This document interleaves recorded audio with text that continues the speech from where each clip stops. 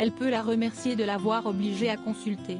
Au cours d'un épisode de son podcast Tea Talks with the Duchess and Sarah qu'elle co-anime avec l'entrepreneur Sarah Thompson, la duchesse d'York Sarah Ferguson a révélé ce lundi 26 juin avoir été dépistée de son cancer du sein grâce à l'insistance de sa sœur, Jane Luedek Ferguson qui, à force de persévérance, a convaincu l'ex-épouse du duc d'York à aller faire un examen de routine, permettant de déceler de façon précoce la tumeur. Très discrète malgré sa royale sœur, Jane Luedek Ferguson n'est pas souvent sur le devant de la scène, préférant vivre sa vie de façon discrète en compagnie de ses 3 enfants, 3 petits-enfants et de son compagnon, le 3e à partager sa vie. Si Sarah Ferguson et Jane Luedek Ferguson sont très proches dans leur relation, elles sont en revanche à l'autre bout de la terre pour l'une et pour l'autre, Jane vivant en Australie, auprès de son partenaire, Ramin Moursbani.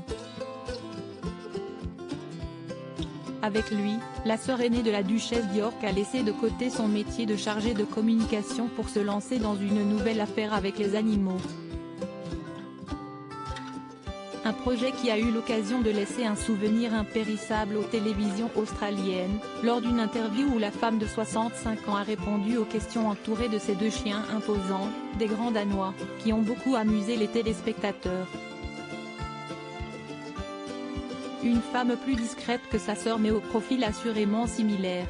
Sarah Ferguson, son évolution physique en 40 clichés Sarah Ferguson, comment elle a eu de la chance dans son malheur grâce à sa sœur Jane. Sarah Ferguson a donc pu être prise en charge à temps à l'hôpital pour y subir une mastectomie, qui s'est déroulée de façon optimale.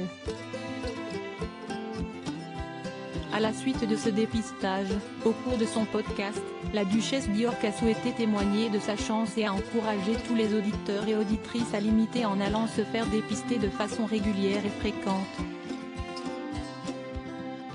Celle qui n'a pas toujours eu de bonnes relations avec l'ensemble de la famille royale a également révélé que son sort aurait pu être beaucoup plus funeste, la tumeur qui s'était logée dans sa poitrine étant jusqu'alors asymptomatique.